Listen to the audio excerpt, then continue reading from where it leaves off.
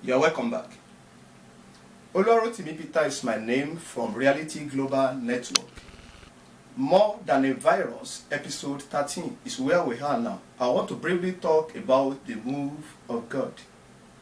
If you can see it with the eyes of the Spirit, we discover that what is happening now is more than a virus, is the move of God. And when God is moving, people of the world may not likely understand what is happening. And I want to say it emphatically that people of the world don't understand the time we are. God is moving. Let me start by saying that God is not stagnant. God is not stagnant. God is a movement. He's ever moving God. Ever moving God. That is why when you read the Bible very well from Genesis to Revelation, you discover that there are two common words there. The words are I will, I will, I will, I will, I will. The pronoun I refer to God. The will. Let me just use the automobile to explain the will. When in every automobile there is couple of a metal covered by a rubber called tire. That is wheel. The wheel together with the gear or propeller driven by the engine move every car forward. Now when we talk of I will, God is saying I am moving. I have been moving, I am still walking, I will forever moving. So the move of God, that means what is happening now, it is the move of God. It has been happening before, it's still happening, and will still continue to happen because it's not strange to God. When we talk of the move of God, I want to let you understand that God moves from person to person. At times, he will depart from a man and possess another man, at least King Saul and David. When you talk of the move of God, at times God can depart from a place and possess another place. At least you can learn that in the life of the children of Israel. At times the Spirit of God will depart from them and go to another camp. When we talk of the move of God, that means God can move from one generation to the other. From generation of Adam to the generation of Seth, from Seth to Enoch, from Enoch to Noah, from Noah to Abraham, from Abraham to on and on like that. God moves from generation to generation. That means He's ever moving. God is still moving till now.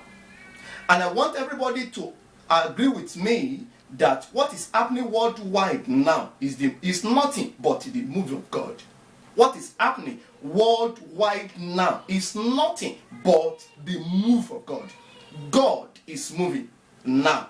He's moving all over the world now. And it will take the only spiritual people to understand that God is moving.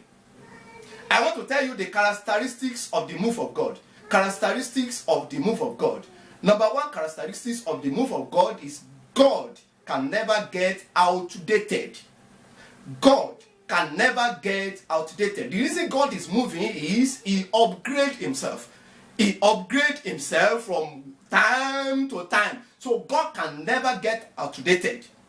And number two things about the move of God is God does not get stagnant.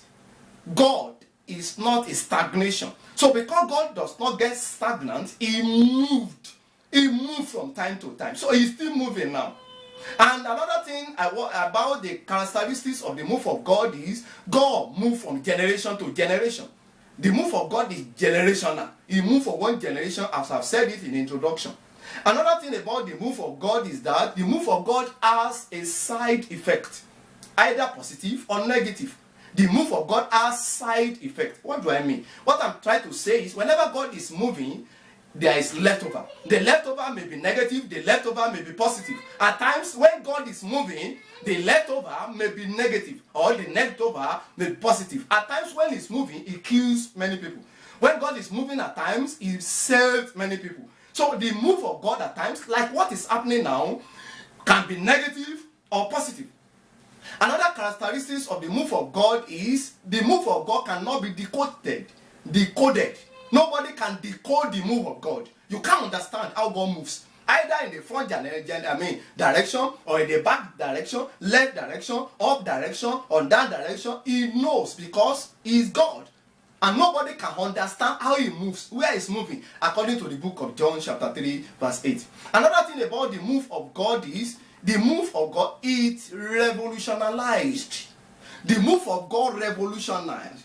When God is moving, he will revolutionize things. That means he will change things.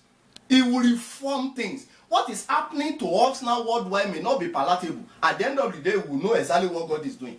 God might be planning something that will be of our betterment, that will be of good for the whole nations of the world, which we may not understand in the initial stage. So at the end of the day, we understand what God is doing. He revolutionized things when he's winning. Then, before I stop, how do I key to the move of God? Number one, if you want to key or jump into the move of God, there are two things you need to do. Number one, you need to be child or children of Issachar. If you want to take advantage of the move of God, you need to make yourself a child of Issachar. When you read the Bible very well, the Bible says the children of Issachar, they are the people that know time and season.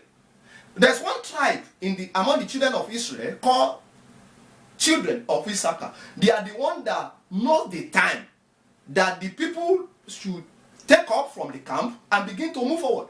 They are the one that will examine the time they need to stop for one reason or the other. So for you to take advantage of this time we have, as far as the move of God is concerned, you need to make yourself somebody of understanding that know when God is moving and what he's doing this time.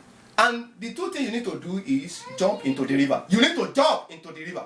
So when you jump into the river, then you take the advantage of the time we have. I am Oluwarotimi from Reality Global Network. I continue in the next episode. God bless you. Amen.